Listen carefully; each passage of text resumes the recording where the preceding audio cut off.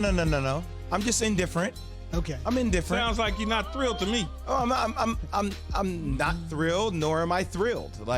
I'm right in between. Sound like you mad to me. I'm not mad. I mean, our producers did bring to my attention that Bradley Beal tweeted out yes to Billy Donovan being hired, and seeing Bradley Beal in the Chicago Bulls uniform when his contract comes up. I mean, or if they make trades, I don't know how all that stuff works out right now because I'm not privy to the information. I would like that. I would love that. Is Bradley Beal going to be the answer to get Chicago back to where they need to be? I'm not sure. You're going to need to put other pieces around him. But if that's the case, I'm still like, okay, all right, yeah, all right. Fair enough. Beal was a Florida Gator. Billy led the Gators to back-to-back national championships in 2006 and 2007. For more on how this went down, you actually just heard his voice breaking the news there on the radio. ESPN senior NBA insider, host of the Woj podcast. Woj is joining us on the Shell Pennzoil Performance Line, brought to you by Shell V-Power Nitro Plus Premium Gasoline. We got plenty of openings around the league to talk about, but before we get to those, Adrian, can you kind of take us inside the decision to hire Billy Donovan in Chicago? Hey, guys. Good morning. So when Billy Donovan walked away from the Oklahoma City job, Arturas Karnisovas, the new executive VP in Chicago, wanted to meet with him right away. They were waiting to see if he would pry loose from the Thunder. And Karnisovas flew down to Florida, to Billy Donovan's home, met with him just a few days after that, and really started to try to sell him on the idea, get to know him. They didn't know each other very well. Two former Big East guys, but from a little different eras. And, Chicago had interviewed a number of guys, but I think for the Bulls, I think a big part of this was to have somebody who had done this job before. You can go back through the Bulls' run of coaches here, and you've seen, a lot of, either assistant coaches promoted, college coaches moved up, but not NBA head coaches. And I think bringing somebody in to sort of just bring a baseline of a program there, and I think you see an opportunity with the Bulls, with the talent they have, that this should be a team competing to be in the playoffs in the Eastern Conference. There's no reason when you look at the group of Lauri Markkanen and Zach LaVine and Wendell Carter and sort of that younger group there there's some talent there. And so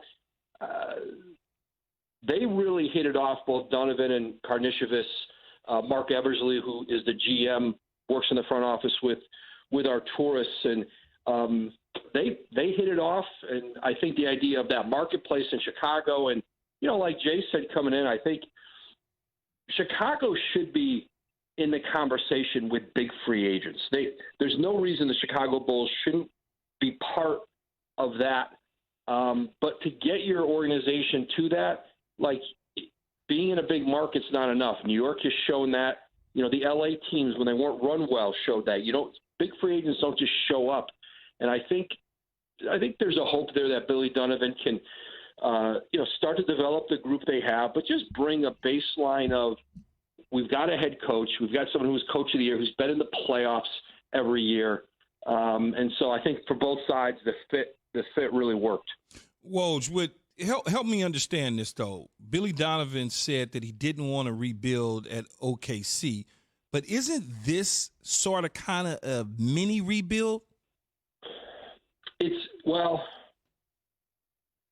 There's no question they're in a perpetual rebuild right now, but the difference with OKC and Chicago would be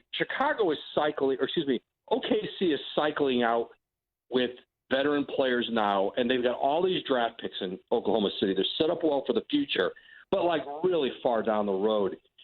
The players, I think the players in Chicago are a young group that's on the. I think they're on the uptick.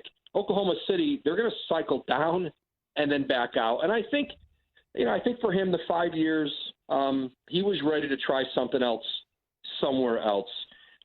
Listen, there are no, typically you're not getting just the kind of job he got in Oklahoma City when he came from Florida with Kevin Durant, Russell Westbrook.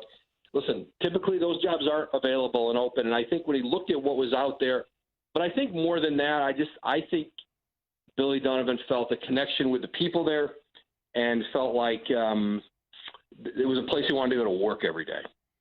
Woj, what else are you hearing about some of these other teams that are looking for head coaching positions?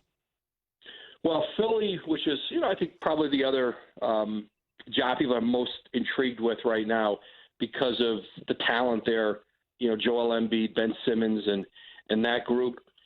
They're going to start bringing candidates in. They've talked to guys. They've already started the conversations with Mike D'Antoni, with Ty Lue from the Clippers. Billy Donovan was a coach that they, had wanted to talk, would have brought through, I think. But I think you're seeing in Philly, D'Antoni and Ty Lue, and then some of these other jobs. Indiana has interviewed a lot of a really expansive first round of candidates. Dave Yeager, former Becky Hammond, just a long list. I think there's Chauncey Billups is going to be a factor in that search. I've reported on that last week. He kind of fits the mold of traditionally what they've done in Indiana. Isaiah Thomas, Larry Bird, great ex-players, leaders of men who haven't coached, and putting a staff around them and an organization. Both Donnie Walsh and Larry Bird still are consultants in Indiana. Donnie Walsh made both of those hires, and obviously Kevin Pritchard is the president now. So there's a blueprint for that with the Pacers. And New Orleans has really gone slowly. They've taken their time here. They haven't really started formally interviewing candidates yet. I think they've just been doing a ton of background on a lot of different people. And then, Houston, I think you're probably going to see more of a veteran coach there for that group. I don't know that's going to be a place. I think they'll interview a lot of people. Ty Lue, Sam Cassell with the Clippers are a couple, a bunch more. They like interviewing a lot of people with the Rockets traditionally when they have an opening, and trying a lot of combinations of head coach, top assistant, try to find people who complement each other. And then Oklahoma City, again, a search that I think has got a long way to go with a lot of assistants, a lot of different names. Fascinating. You mentioned it at the beginning, the old Big East rivals with Billy at Providence and Arturas at Seton Hall, and now they go from rivals to teammates in Chicago with all those other head coaching vacancies still to be filled. For the latest NBA news and the best NBA podcast out there, love the Low Post podcast with our boy Zach Lowe, but nothing better than the Woj podcast. Adrian, thanks for joining us this morning. Thanks, Woj. Thanks, guys. Talk to you soon. Be well. He's the best. Okay, Adrian. Zubin. All right. I'm starting to warm up. Did he Woj maybe is warming convince me you up. a little bit? He's warming me up. Look, it's going from Jim Boylen, and I think I speak for every Chicago Bull fan. Taskmaster. It was just, it was exhausting. It was exhausting watching Zach LaVine's face constantly going back and forth between him and Jim Boylen. Some of these practices that you will hear about, Kobe White not starting, people wondering why the hell isn't Kobe White starting? Our two best guards need to be in it. How come we're not getting more from Lauri Markkanen? And I do hear what fans are saying to me social media-wise, like, hey, look, we haven't had experience. Jim Boylen, before that was Fred Hoiberg coming from Iowa State. Billy Donovan has win. I'm warming up.